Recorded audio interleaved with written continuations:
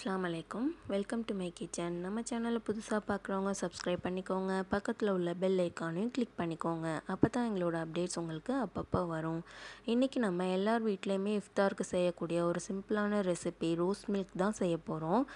இதில் நம்ம sabja seat add பண்ணி செஞ்சுக்கலாம், பாதாம் பிசின் நிறையா நம்மளுக்கு பிடிச்ச மாதிரி செஞ்சுக்கலாம். நான் இன்றைக்கி சிம்பிளாக தான் செஞ்சுருக்கேன். இதுக்கு ஒரு 150 ml மில்க் வந்து காய்ச்சிட்டு ஆற வச்சு அதை ஃப்ரிட்ஜில் வச்சு இப்போ பிளெண்டரில் போட்டிருக்கேன். இப்போ 2 டேபிள் ஸ்பூன் ரோஸ் சிரப், அதுக்கப்புறம் 2 டேபிள் ஸ்பூன் ஜெல்லி, இது ரெண்டும் ஆட் பண்ணிக்கிறேன்.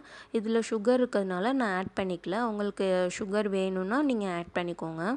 அதுக்கப்புறம் கொஞ்சம் ஐஸ் க்யூப் சேர்த்துருக்கேன். இது எல்லாத்தையும் சேர்த்துட்டு நம்ம நல்லா பிளெண்ட் பண்ணி எடுத்துக்கலாம்.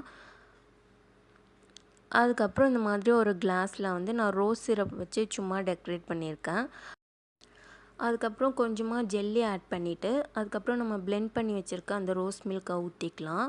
அதுக்கு மேலே கொஞ்சமாக ஜெல்லி போட்டிருக்கேன். அதுக்கப்புறம் நட்ஸ் கொஞ்சம் போட்டிருக்கேன். இது எல்லாமே உங்களோட விருப்பம் தான். உங்களுக்கு எப்படி பிடிக்குமோ அந்த மாதிரி நீங்கள் டெக்கரேட் பண்ணிவிட்டு இதை சர்வ் பண்ணிக்கலாம். இப்போ நம்மளோட ரோஸ் மில்க் ரெடி ஆகிடுச்சு. இந்த ரெசிபி உங்களுக்கு பிடிச்சிருக்குன்னு நம்புகிறேன். இந்த ரெசிபி நீங்களும் ட்ரை பண்ணிவிட்டு உங்களோட ஃபீட்பேக்ஸ் எங்கள் கூட ஷேர் பண்ணிக்கோங்க. இந்த வீடியோ உங்களுக்கு பிடிச்சிருந்துச்சுன்னா லைக் பண்ணுங்கள், கமெண்ட் பண்ணுங்கள், உங்கள் ஃப்ரெண்ட்ஸ் அண்ட் ஃபேமிலி கூட ஷேர் பண்ணிக்கோங்க. தேங்க்ஸ் ஃபார் வாட்சிங்.